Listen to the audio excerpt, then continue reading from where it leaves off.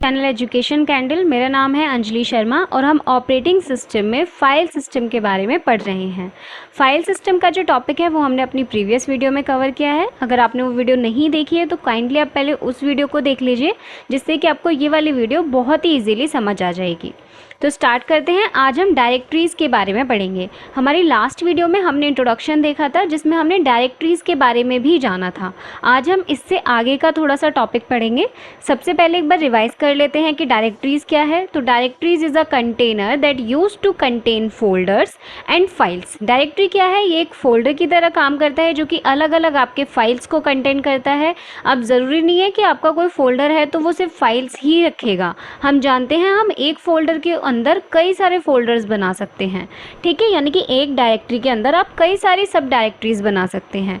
तो वही यहाँ पे है। डायरेक्टरीज क्या है? इसे आप फोल्डर की तरह समझिए। फोल्डर हम अगर अपने लैपटॉप में कोई बना रहे हैं तो हम उसके अंदर क्या रखते हैं? फाइल्स स्टोर करके रखते हैं। वहीं हम फाइल्स के साथ साथ एक नया फोल्डर भी बना लेते हैं जिसके अंदर हम बाकी की फाइल्स डाल सकते हैं। तो ये यही कह रहा है यहाँ पे कि डायरेक्टरी क्या है? आपका एक कंटेनर की तरह काम कर रहा है जो कि क्या क्या कंटेन करता है? आपके फोल्डर्स को और आपकी फाइल्स को। It organize files and folders in a hierarchical manner. यानी कि ये क्या करता है? जो भी आपके फाइल्स या फोल्डर्स होते हैं उनको एक मैनर में स्टोर करके रखता है। जैसे कि आपको यहाँ पे डायग्राम दिखाया हुआ है। सबसे पहले आपका एक डायरेक्टरी होगा जिसको आप रूट डायरेक्टरी भी कह सकते हैं। अब इस रूट डायरेक्टरी में आप अलग अलग फोल्डर्स बना सकते हैं। जैसे कि इस डायग्राम में 4 फोल्डर बनाए हुए हैं। अब इन चारों फोल्डर के अंदर आप अपनी अलग अलग फाइल्स रख सकते हैं। जैसे कि यहाँ पे पहले फोल्डर के अंदर हमने 3 फाइल्स स्टोर की हुई हैं, दूसरे के अंदर हमने 1 किया हुआ है, तीसरे के अंदर हमने 2 फाइल्स रखी हैं और चौथे के अंदर हमने 3 फाइल्स रखी हैं। इसका ये जो लाइव एग्जाम्पल है हम वीडियो के लास्ट में बताएंगे। आप लास्ट तक बने रहिएगा, जिससे कि आप जितना भी कंटेंट यहाँ पे पढ़ रहे हैं उसको आप डायरेक्टली इम्प्लीमेंट करके देख सकते हैं। जो भी थ्योरी आपको यहाँ पे पढ़ाई गई है वो आप लास्ट में देखेंगे कि आपकी वो थ्योरी कितना आपके लाइव एग्जाम्पल से कनेक्ट कर पा रही है। ओके, तो ये हमारा इंट्रोडक्शन हो गया हमारी डायरेक्टरीज़ का। आज हम देखेंगे इनके types. There are several logical structures of directories. यहाँ पे क्या है? ये जो आपकी डायरेक्टरीज़ हैं इनको मैनेज करने के लिए हमारे पास काफ़ी सारे मेथड्स होते हैं, काफ़ी सारे लेवल्स होते हैं। तो उन लेवल्स में से एक लेवल हम आज पढ़ेंगे जिसका नाम है सिंगल लेवल डायरेक्टरी।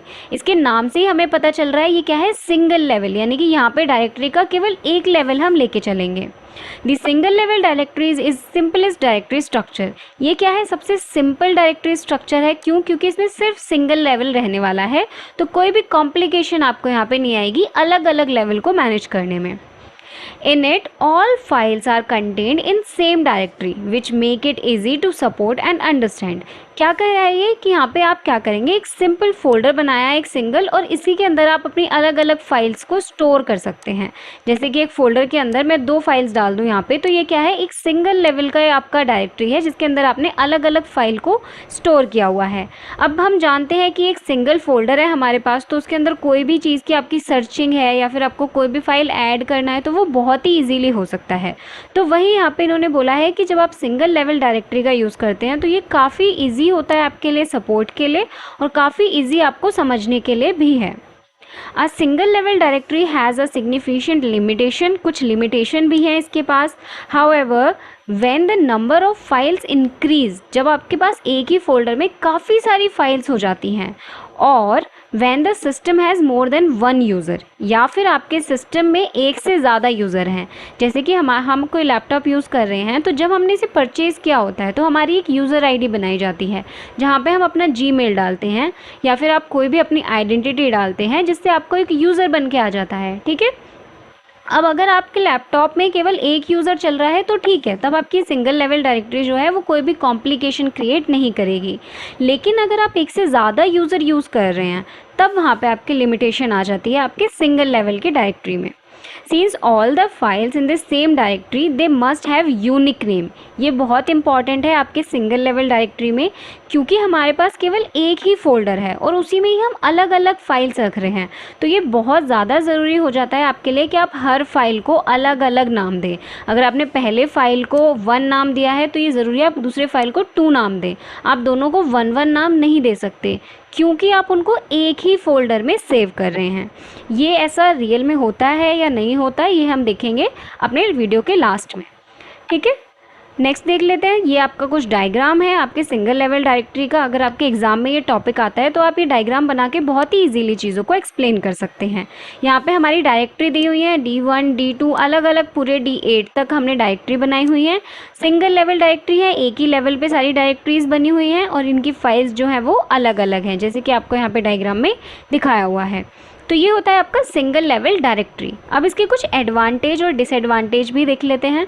तो अगर हम सबसे पहले बात करें इसके एडवांटेजेस की, तो सबसे पहला जो एडवांटेज है वो यही है कि इसका इम्प्लीमेंटेशन बहुत ईजी है। क्यों? क्योंकि ये सिंगल डायरेक्टरी है। ठीक है। If files are smaller in size, searching will become very faster. अगर आपके एक फोल्डर में केवल कुछ फाइल्स ही पड़ी हुई हैं या साइज़ उनका बहुत ज़्यादा कम है तो आप बहुत ही ईजिली उनको सर्च कर सकते हैं। The operations like file creation, searching, deleting, updating, ये सब कुछ जो है बहुत ही ईजी हो जाता है आपके सिंगल लेवल डायरेक्टरी में, क्योंकि एक ही फोल्डर में आपने अलग अलग फ़ाइल डाली हुई हैं तो आप बहुत ईजीली उसमें नई फ़ाइल ऐड कर सकते हैं। कोई भी पुरानी फ़ाइल है तो उसको डिलीट कर सकते हैं, अपडेट कर सकते हैं। ये सब कुछ बहुत ही ईजी हो जाता है जब आपके सिंगल लेवल की बात आती है। अब जैसे इसके एडवांटेज हैं वहीं इसके कुछ ना कुछ डिसएडवांटेज भी हैं, जो हमने स्टार्टिंग में भी डिस्कस किए थे कि आपका अगर ज़्यादा बड़ा फाइल आ गया एक ही फोल्डर में, आपने काफ़ी सारी फाइल्स को स्टोर कर दिया तो वहाँ पे क्या है, प्रॉब्लम आ जाती है। अब यहाँ पे ये क्या कह रहे हैं कि देयर में chance of name collision. Name collision क्यों? जैसे कि हमने अभी आपको यहाँ पे बताया था कि अगर आप एक ही फोल्डर में काफ़ी सारी फाइल्स को सेव कर रहे हैं तो आप हर फाइल को अलग अलग नाम आपको देना होगा। अगर आप सेम नाम देंगे तो आपका नेम कोलिजन हो सकता है, because 2 files can have the same name. क्योंकि 2 फाइल अगर आपके सेम नेम लेंगी तो उनके बीच में क्या हो जाएगा, कोलिजन हो जाएगा। Searching will become time taking if directory is large. अगर आपके पास काफ़ी सारा एक फ़ोल्डर में आपने काफ़ी सारी फाइल रखी हुई हैं तो वहाँ पे मुश्किल हो सकता है आपको चीज़ों को सर्च करना। This can not group the same type of file together, मतलब कि सेम टाइप के जो फाइल हैं आप उन सबको एक ग्रुप में नहीं रख सकते। ये हैं इसके डिसएडवांटेजेस। ठीक है। तो ये हमने समझा कि हमारा फाइल डायरेक्टरीज जो होती हैं सिंगल लेवल की वो क्या होती हैं, उनके एडवांटेज क्या होते हैं, डिसएडवांटेज क्या होते हैं और उनका डायग्राम क्या होता है। अब जैसे कि हमने आपको बताया था कि हम लास्ट में आपको लाइव करके दिखाएंगे कि ये चीज़ काम कैसे करती है। तो चलिए चलते हैं अपने स्क्रीन पे और देखते हैं कि ये जो चीज़ें हमने थ्योरी में पढ़ी हैं ये रियल में ऐसी हैं या नहीं। हम अपने डेस्कटॉप पे आ गए हैं। यहाँ पे हमारे पास एक फ़ोल्डर है या डायरेक्टरी हम कह सकते हैं, ऑपरेटिंग सिस्टम नाम की, OS नाम की। अब इसको खोल के देख लेते हैं कि इसके अंदर हम देख रहे हैं यहाँ पे 2 फाइल्स हैं हमारे पास। अब वही हमारी थ्योरी में बताया हुआ था कि आप एक फ़ोल्डर में अगर सिंगल लेवल की डायरेक्टरी है तो उसमें आप कई सारी फाइल्स क्रिएट कर सकते हैं। ये भी बताया था कि ये जो आपका सिंगल लेवल की डायरेक्टरी है ये क्या क्या स्टोर करता है, आपकी फाइल्स और फोल्डर्स। अब हमने इस फोल्डर में देखा कि हमारे पास फाइल्स तो हैं, पर क्या हम इसके अंदर एक नया फोल्डर बना सकते हैं? तो चलिए बना के देख लेते हैं। ये हमने न्यू फोल्डर के नाम से एक फ़ोल्डर बना लिया और ये स्टोर भी हो गया। इसका मतलब ये कि हम एक फ़ोल्डर के अंदर दूसरा फ़ोल्डर भी बना सकते हैं।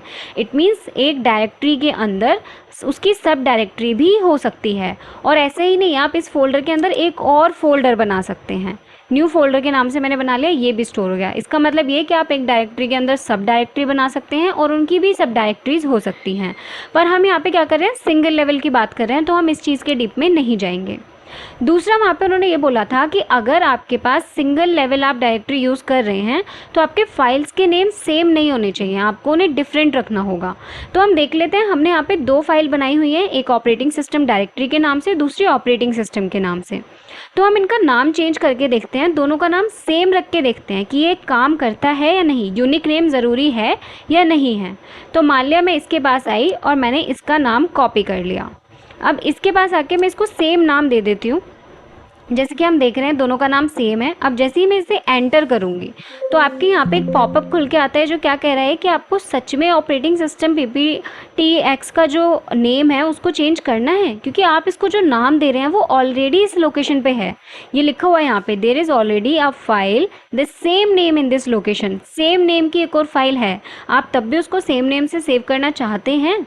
तो अगर हम यहाँ पे यस कर देते हैं तब यहाँ पे क्या हुआ, देखिए उसने सेम नाम से नहीं किया, उसने क्या किया, एक ब्रैकेट में 2 नंबर दे दिया।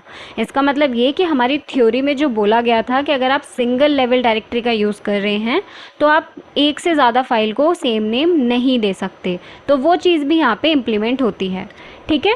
तो हमने लाइव एग्जाम्पल भी देख लिया और हमें ये भी पता चल गया कि ये चीज़ें काम कैसे करती हैं। तो आई होप कि वीडियो आपके लिए हेल्पफुल रहा हो और आपको पसंद आया हो। अगर वीडियो अच्छा लगा हो तो काइंडली इसको लाइक करें, शेयर करें और मुझे कमेंट सेक्शन में ज़रूर बताएं कि आपको ये वीडियो कैसा लगा। Thanks for watching. Thank you.